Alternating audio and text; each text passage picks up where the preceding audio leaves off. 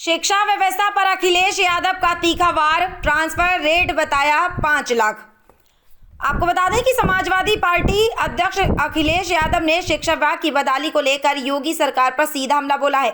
अखिलेश के मुख्य आरोप और बयान, शिक्षा विभाग को बर्बाद किया जा रहा है। शिक्षकों से मेरा पारिवारिक रिश्ता है, उनका दर्द मेरा दर्द है। शिक्षकों की आवाज़ भाजपा सरकार के लिए बेमानी है, जैसे बहरी हो जाती है। स्कूल कम होंगे तो ग्रोथ रेट भी गिरेगा और सरकार को नौकरी नहीं देनी पड़ेगी। यही भाजपा की रणनीति है। एक शिक्षक मुझसे मिलने आया, बताया कि ट्रांसफर के लिए 5 लाख रुपए तक मांगे जा रहे हैं। अखिलेश ने कहा कि जिस सरकार में संवेदना नहीं हो वो सरकार नहीं होनी चाहिए। लखनऊ से इकबाल अहमद की रिपोर्ट। रिपोर्ट भेज दी जाएगी। एक्सप्लॉयटेशन शिक्षा विभाग में जो शिक्षक है वो जानता होगा। हमारे बहुत सारे साथी हैं, किस स्तर से एक्सप्लॉयटेशन है। हम और लीडर ऑपोजिशन यहाँ बैठे थे, जनता दरबार के माध्यम से लोगों से मिल रहे थे। उसी समय एक शिक्षक आया और उसने बताया कि उसके सामने क्या संकट है। हालांकि ट्रांसफर पोस्टिंग के बारे में आपसे बेहतर कोई नहीं जानता होगा, वो झगड़ा शुरू हो गया है। तो वो अपने ट्रांसफर की रेट बता रहा था। कितने लाख? देर से स्कूल पहुंचने या जल्दी स्कूल के वापस जाने के अनेक कारण हो सकते हैं। यहाँ तक कि विद्युत आपूर्ति के बाधित होने या तकनीकी रूप से भी कभी इंटरनेट जैसी सेवाओं के सुचारू संचालन में समस्या आती है। इसलिए डिजिटल अटेंडेंस का विकल्प बिना व्यवहारिक समस्याओं के पुख्ता समाधान के संभव नहीं है, क्योंकि आपका इंफ्रास्ट्रक्चर ही पुअर है। तो आप कैसे डिजिटली इतना साउंड करना चाहते हैं, आप हर चीज उसी पे ले जाना चाहते हैं। सबसे पहले अन्य सभी विभागों के प्रशासनिक मुख्यालयों में लागू किया जाए, क्योंकि जहां होना चाहिए वहां डिजिटल अटेंडेंस ही नहीं है। तो शिक्षा विभाग को लेकर ये कुछ बात रखी गई थी आपके सामने। इधर अखबारों के माध्यम से सरकार के जो फैसले हो रहे हैं उससे चिंतित हम सब लोग हैं,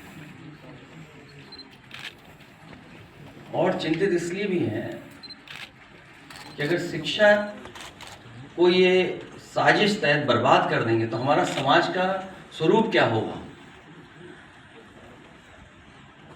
हालांकि हम सब लोग जानते हैं, नेताजी खुद शिक्षक थे और वो शिक्षक होने के नाते उनके अंदर जो शिक्षक था वो कभी खत्म नहीं हुआ। विधानसभा रही हो, लोकसभा रही हो, हमेशा समझाने की कोशिश, या कभी पॉलिटिकल प्लेटफॉर्म पे भी आपने देखा होगा कि वो शिक्षक के रूप में हमेशा दिखाई दिए। समझाने का काम, डांटने का काम और रास्ता दिखाने का काम। तो यूं कहें लोग तो हम लोगों को परिवारवादी भी बोलते हैं, लेकिन एक शिक्षक का बेटा होने के नाते, एक शिक्षक का बेटा होने के नाते हर शिक्षक से मेरा पारिवारिक संबंध है और उनका दर्द मेरा दर्द है। जो साथी यहाँ हैं वो जानते होंगे कि जब भी नेताजी को, समाजवादी पार्टी को मौका मिला सरकार में काम करने का, भाजपा शिक्षकों और कर्मचारियों को विरोध का एक ऐसा आंदोलन शुरू करने के लिए बाध्य न करे जिससे हर क्षेत्र में ठहराव आ जाए। भाजपा शिक्षक और कर्मचारियों की समस्याओं के प्रति हमेशा बेरुखी का नजरिया अपनाती है। भाजपा की सरकार का एक हृदयहीन सरकार है। कई बार कहा हम लोगों ने कि हार्टलेस सरकार है। इनके जो फैसले हैं, या जब कभी भी इनके फैसले लेने का समय हमने आपने कई मौकों पर देखा है, ये सरकार हार्टलेस है, हृदयहीन सरकार है। जिसमें संवेदना ना हो वो सरकार नहीं चाहिए किसी को भी। सबको याद है कि हमने ऑनलाइन हाजिरी के आंदोलन के समय कहा था, शिक्षकों पर विश्वास करने से ही अच्छी पीढ़ी जन्म लेती है। कोई शिक्षक देर से स्कूल नहीं पहुंचना चाहता है, लेकिन आपका इंफ्रास्ट्रक्चर क्या है? कोई शिक्षक कभी नहीं चाहेगा कि वो स्कूल लेट पहुंचे, लेकिन आपका इंफ्रास्ट्रक्चर क्या है?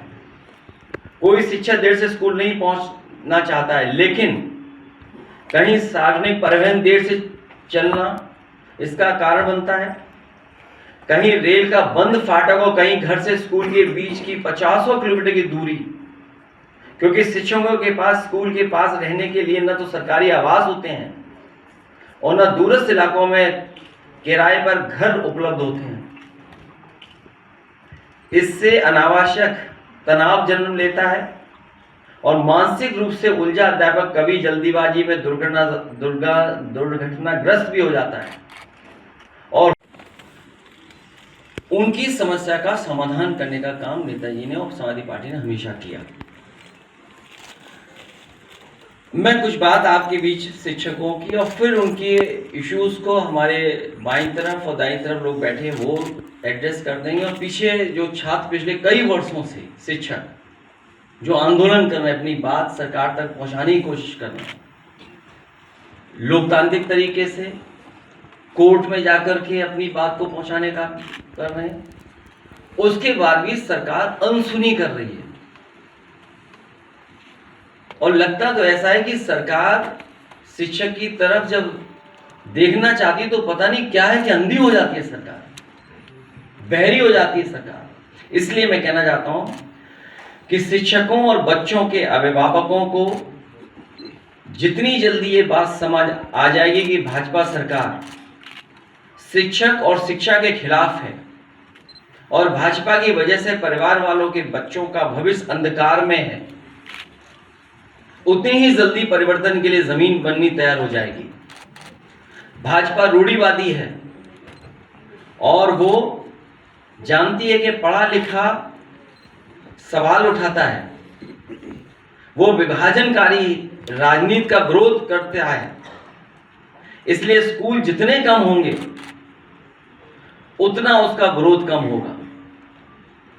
शिक्षित नौकरी मांगेगा, सरकारी नौकरी होगी तो आरक्षण भी देना पड़ेगा।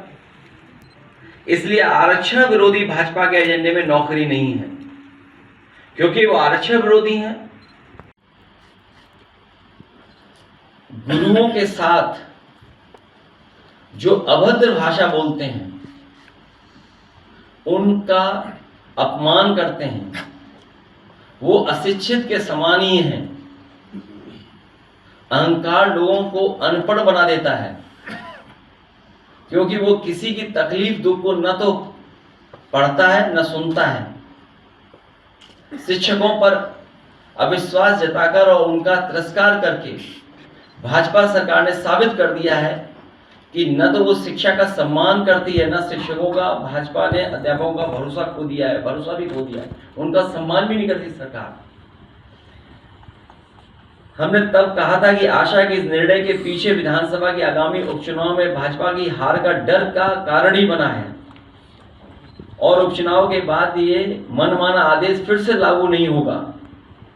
और ये भी कहा था कि डिजिटल अटेंडेंस का आदेश केवल स्थगित नहीं बल्कि हमेशा के लिए रद्द होना चाहिए, क्योंकि अभी सरकार ने स्थगित किया है, अभी तक हमेशा के लिए खत्म नहीं किया।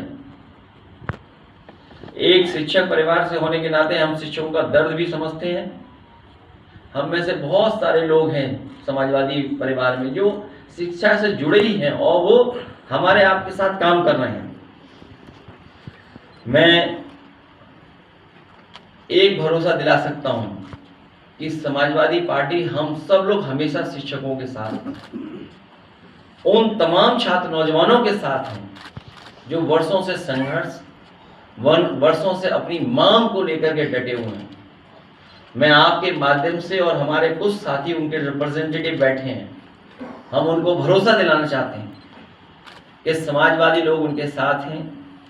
जब कभी भी समाजवादी पार्टी को मौका मिलेगा उनकी समस्याओं का समाधान करने का काम